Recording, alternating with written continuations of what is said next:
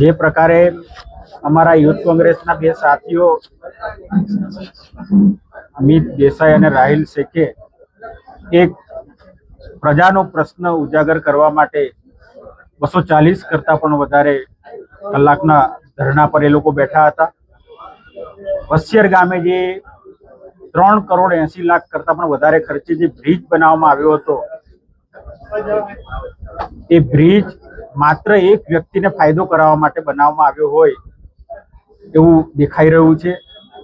સાથે સાથે જે પ્રોટેક્શન વોલનું નિર્માણ થયું એ પણ એ વ્યક્તિની જમીન પૂરતી જ પ્રોટેક્શન વોલ બનાવવામાં આવી છે, જ્યારે બીજી પ્રોટેક્શન વોલનું કામ પણ પૂરું કરવામાં આવ્યું નથી।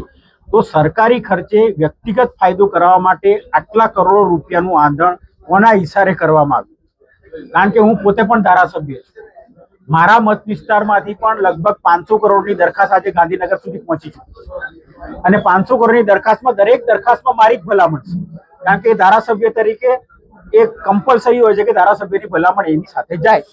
પણ 500 કરોડમાંથી ધારો કે 10 કરોડના કામ મંજૂર કરવાના હોય તો કયા 10 કરોડના કામ મંજૂર કરવા એ સરકાર નિર્ણય લેતી હોય છે અને સરકાર નિર્ણય એના આધારે લેતી હોય છે કે આમાં કેટલા લોકોને ફાયદો થશે, કેટલા લોકોને ખરેખર વાસ્તવિક તકલીફ છે કે આ કામ મંજૂર કરવાથી કે કોનું ભલું થશે એ નક્કી કરીને સરકાર દરખાસ્ત મંજૂર કરતી હોય છે। ત્યારે અહીંયા તો માત્ર એક વ્યક્તિના ફાયદા માટે કરોડો રૂપિયાની દરખાસ્ત મંજૂર કરવામાં આવી। તો મારો પહેલો પ્રશ્ન તો એ છે કે જે દરખાસ્ત કરનાર અધિકારી છે અહીંયા બાંધકામ વિભાગનો, પહેલા તો એની સામે તપાસ થવી જોઈએ કે ભાઈ તમે કયા આધારે આ દરખાસ્ત આટલા કરોડો રૂપિયાનું સરકારનું નાણાંનું વેડફી નાખ્યા, એ કોના ઇશારે તમે આ દરખાસ્ત તૈયાર કરી? બીજી મારી માંગણી છે કે જે સિંચાઈ વિભાગના અધિકારી છે, 1 કરોડ કરતા પણ વધારે રકમ પ્રોટેક્શન વોલની મંજૂર કરવામાં આવી, તો કેમ માત્ર એમને 90 લાખની જ પ્રોટેક્શન વોલ બનાવી ને કેમ માત્ર એ વિવાદિત જમીન પૂરતી જ પ્રોટેક્શન વોલ બનાવી, બાકીની પ્રોટેક્શન વોલ તમે કેમ ના બનાવી? તો એ સિંચાઈ વિભાગના અધિકારી સામે પણ તપાસ થવી જોઈએ, એ મારી પહેલી માંગણી। અને જે વિવાદિત જમીન જેના માટે આ કરોડો રૂપિયાનો બ્રિજ બનાવવામાં આવ્યો, પ્રોટેક્શન વોલ બનાવવામાં આવી, એનો તો શ્રી સરકાર કરવાનો હુકમ પણ થઈ ગયો હતો, તો અત્યાર સુધી શ્રી સરકાર કેમ થઈ ગઈ?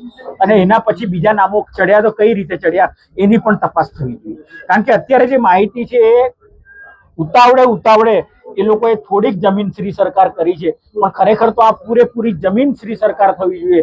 એની જગ્યાએ ટુકડો જમીન શ્રી સરકાર કરીને અમારા યુવાન સાથીઓને શાંત કરવાનો પ્રયત્ન કર્યો હોય એવું મને દેખાઈ રહ્યું છે। એટલે એક નિષ્પક્ષ રિટાયર્ડ જજની તપાસ સમિતિની સરકારે નિમણૂક કરવી જોઈએ અને તમામ પ્રકરણની શરૂઆતથી અંત સુધીની તપાસ થવી જોઈએ અને જે પણ કસૂરવાર છે એની સામે પગલાં લેવા જોઈએ, કારણ કે આ સરકારી નાણાંનો દુર્વ્યય છે। ને આજે પણ કપરાડા, ધરમપુરમાં તમે જાઓ, કેટલાય ગામડાઓ એવા છે કે જે આઝાદી પછી હજી સુધી એમણે ડામરનો રસ્તો જોયો નથી, કેટલાય ફળિયાઓ એવા છે કે એમણે ડામર રોડ કોને કહેવાય એ લોકોને ખબર નથી।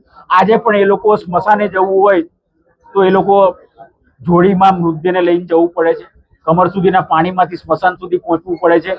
કેટલી પ્રસૂતા સ્ત્રીઓને એ લોકોએ દવાખાને પહોંચાડવી હોય તો જોડી કરીને એ લોકોએ વહેતા પાણીમાંથી એ લોકોએ નદી પસાર કરીને રસ્તા સુધી જવું પડે છે।